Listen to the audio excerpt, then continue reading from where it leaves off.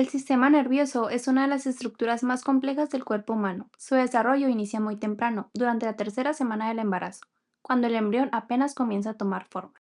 A partir de un simple tejido llamado ectodermo se formarán todas las estructuras encargadas de controlar los movimientos, las sensaciones y las funciones vitales del organismo. El sistema nervioso central se origina a partir de una estructura llamada placa neural que aparece al inicio de la tercera semana del desarrollo embrionario. Esa placa proviene del ectodermo, la capa más externa del embrión, y se forma gracias a señales emitidas por una estructura llamada notocorda justo debajo. A medida que el embrión crece, los bordes de la placa neural se elevan y comienzan a curvarse hacia la línea media formando los llamados pliegues neurales. Con el paso de los días, estos pliegues se aproximan entre sí hasta fusionarse, dando lugar al tubo neural, la base del futuro sistema nervioso central. El cierre del tubo neural inicia en la región del cuello y progresa simultáneamente hacia la cabeza y hacia la cola del embrión. Durante un breve periodo, los extremos del tubo permanecen abiertos. Estos orificios se conocen como neuroporo anterior y neuroporo posterior. El neuroporo anterior se cierra alrededor del día 25, mientras que el posterior lo hace hacia el día 28 del desarrollo. Una vez cerrado, el tubo neural quedará completamente separado del ectodermo superficial y se ubicará por debajo de la piel embrionaria. A partir de su extremo cefálico se formará el cerebro, mientras que su porción caudal dará origen a la médula espinal. De esta forma, una simple lámina de tejido se transformará en la estructura más compleja del cuerpo humano, el sistema nervioso. El extremo cefálico del tubo neural muestra tres dilataciones: las vesículas cerebrales primarias. 1. El prosencéfalo o cerebro anterior. 2. El mesencéfalo o cerebro medio. Y 3. El rombencéfalo o cerebro posterior. De manera simultánea, forma dos plegamientos. Uno, el pliegue cervical en la unión del rombencéfalo y la médula espinal, así como dos, el pliegue cefálico en la región del mesencéfalo. A las 5 semanas de desarrollo, las vesículas cerebrales primarias se han diferenciado en 5 vesículas secundarias: el prosencéfalo en forma de telencéfalo y el dencéfalo. El mesencéfalo se conserva sin cambios y el rombencéfalo da origen al metencéfalo y al milencéfalo. Un surco profundo, el istmo rombencefálico, separa el mesencéfalo del metencéfalo, en tanto el pliegue potino marca el límite entre el metencéfalo y el mesencéfalo.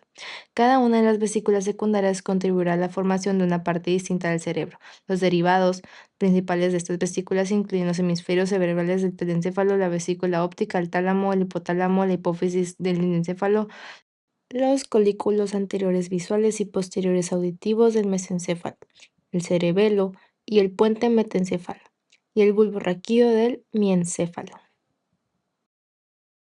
La médula espinal se forma a partir de la porción caudal del tubo neural, una vez que éste se ha cerrado completamente. En sus primeras etapas, la pared del tubo está formada por un tipo de células llamadas neuroepiteliales, que se dividen activamente para producir más células nerviosas primitivas.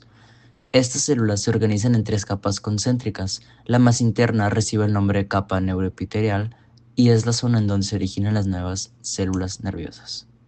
Por fuera de ella se forma la capa del manto, que dará origen a las sustancias gris de la médula espinal, donde se ubican los cuerpos neurales. La capa más externa se denomina capa marginal y contiene las prolongaciones de las neuronas.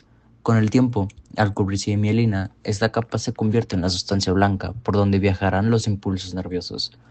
A medida que los neuroblastos se multiplican, cada lado del tubo neural comienza a mostrar dos engrosamientos: uno ventral, conocido como placa basal, y otro dorsal, conocido como placa alar.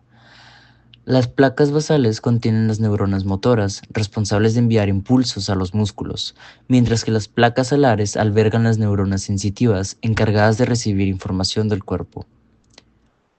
Entre ambas se localiza un surco longitudinal, conocido como surco limitante, que separa las áreas motoras de las sensitivas. En los niveles torácico y lumbar superior aparece además una pequeña asta intermedia que contiene neuronas del sistema nervioso simpático. Y finalmente, en la parte más externa del tubo, comienzan a desarrollarse las fibras nerviosas que formarán las raíces de los nervios espinales. Las raíces ventrales llevan la información motora hacia los músculos y las raíces dorsales conducen los impulsos sensitivos desde el cuerpo hacia la médula. Ambas se unen para formar un nervio espinal mixto, capaz de transmitir señales en ambos sentidos. Así, la médula espinal se convierte en el primer centro de coordinación del organismo, estableciendo la base del sistema nervioso central. Después de la formación del tubo neural, el extremo cefálico comienza a expandirse y se divide en regiones especializadas que darán origen al encéfalo. Durante la cuarta y quinta semanas del desarrollo, estas regiones comienzan a diferenciarse en estructuras más complejas, de donde surgirán todas las partes del cerebro. El telencéfalo forma los hemisferios cerebrales, donde se encuentran las funciones superiores como el pensamiento, la memoria y el lenguaje. El diencéfalo origina el tálamo, que actúa como centro de relevo sensitivo, el hipotálamo, encargado de la regulación hormonal, la temperatura corporal y las emociones, y la glándula pineal, relacionada con los ciclos de sueño y vigilia. El mesencéfalo desarrolla los colículos anterior y posterior, implicados en los reflejos visuales y auditivos, y el acueducto cerebral que conecta los ventrículos. Del romencéfalo se originan dos estructuras: el metencéfalo, que forma el puente y el cerebelo, responsable del equilibrio y la coordinación motora, y el mielencéfalo, que dará lugar al bulbo raquídeo, donde se regulan funciones vitales como la respiración y la frecuencia cardíaca. Durante este proceso, el encéfalo se curva y adopta su forma característica gracias a tres pliegues principales: el pliegue cervical, el pliegue pontino y el pliegue cefálico. Estas curvaturas contribuyen a delimitar las distintas regiones del cerebro y a su orientación dentro del cráneo.